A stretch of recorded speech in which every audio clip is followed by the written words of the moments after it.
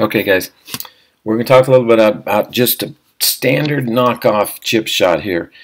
One there's a lot of different chips and pitches and flops and everything, but this one I'm going to start with because it resembles the golf swing the closest. This is how I would swing a golf swing. It just doesn't have any energy in it because I'm not rotating my hips. I'm not transferring my weight and rotating my hips here very aggressively. And the faster I do that, the harder I'm going to hit the ball. So we've done that in like the swing hard, stop fast drill. So I'm going to just show this off the bat here. We're just going to hit a little chip shot here. I think I'm talking through it, but just hit that chip shot, okay? And that's the one we're talking about. It's a little bit more descending, so I love this chip shot. Basically, it's the one I'll hit if I have any option. This is the one I'm going to hit. It comes out a little bit lower. It's got some spin on it. I'm a little bit more loaded with my weight on my front foot. My hands finish kind of low. So the purpose in this, though, is to try and get us to feel how similar this is to my golf swing. It's got a couple of differences we'll talk about, but the bottom line is if I want to become a good chipper, this is a good place to start, because if I get good at this and I take my backswing a little bit farther and add a little speed through, pretty soon I'm hitting a full wedge, and then after that I'm hitting a full anything. Body positions change throughout the club selection. Like I'm not gonna cover. I'm not gonna be as much on my lead foot with a 5-iron as I am a wedge. I'm certainly not going to be that far with a fairway wood, and I'm certainly not going to be that far in my lead foot at impact with my driver. But the rotation that we're talking about, how to hit the ball, never changes throughout the bag. It's always the same. So this rotation and feeling that the body leads this swing is an important part of chipping.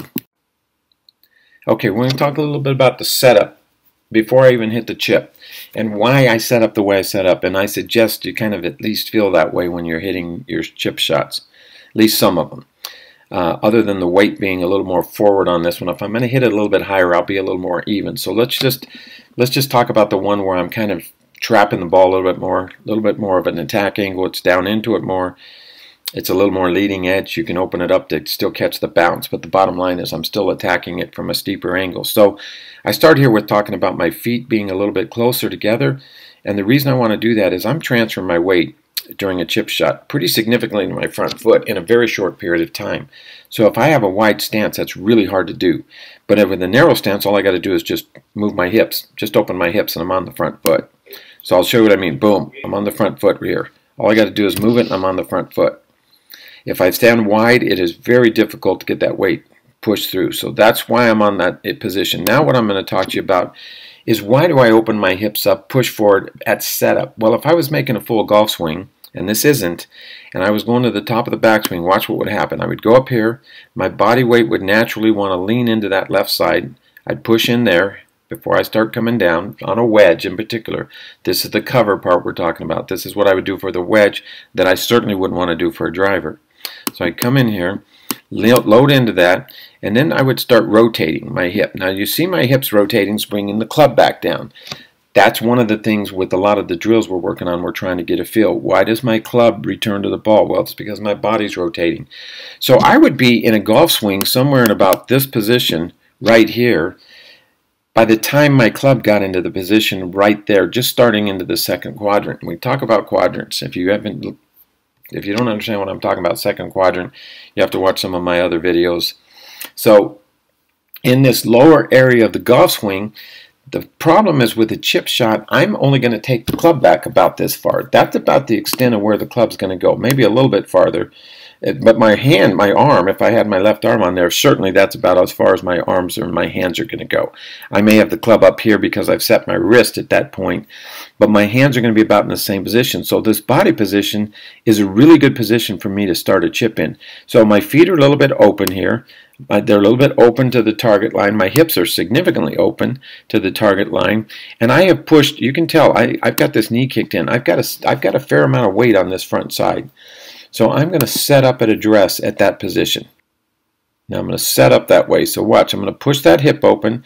That moves my handle, the club handle, because my shoulder moves and my hip moves. So that handle moving and that hand moving is with that wrist. I'm not just pushing my club out and away from me.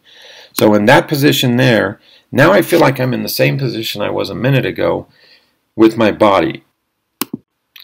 Now if I compare, I'm going to compare my setup position with what I was doing when I was doing that little one arm bring the club in drill. So this is where I kind of stopped and said this is where I would be at this position. Now, my knee's a little more kicked in on this one on the right, which is kind of me pre-rehearsing my setup position for a wedge. But my feet are similar. My hips are opened up similar. You can see my shoulders are open, similar to this. It's very, very similar, the feel for me. And I'm on the left side with my weight. I want to basically start in that position. So I'm going to go back to just the single screen.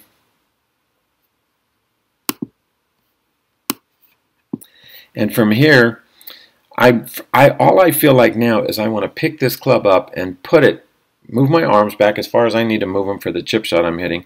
But I do feel like this is mostly just an arm swing back to here. I don't want to move my body much. I'm in a pretty good position. All I want to feel like is I'm going to put my hands here and I'm going to finish my golf swing.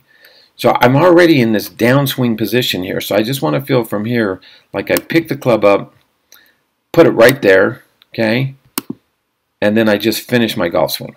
That's all I'm feeling. I'm feeling like I'm picking it up. I'm halfway down my swing with my body, and I just finish. So I'm going to show it again. Fast motion. Try to focus on the fact that on the backswing, I don't move my body much. I just pick it up with my hands and arms. And there's some chest rotation on that, but not a ton. And then I just want to feel like all I'm doing from that position is finishing the downswing that I kind of set my body position in to start with. The downswing has to have a ton of body rotation on a chip. And the follow through. Just keep rotating. If my chest quits turning, I'm seriously going to end up having a lot of chunks and thin shots. But I keep rotating through here. So let's watch it again. Pick it up with my hands and arms. Take it through. Finish. Chest, belt buckle, arms, everything is facing the target, just like I would any other golf swing. Chipping more than anything, I need to rotate well through, because if I don't, I'm not going to have time to stand up or to buckle my arms or do whatever compensation I need to make good contact. And so people who have sequence problems in their golf swing generally chip extremely poorly. So this is still a bottom of a golf swing. It's a soft golf swing, but fundamentally the sequence of this is perfect for almost every golf swing you have.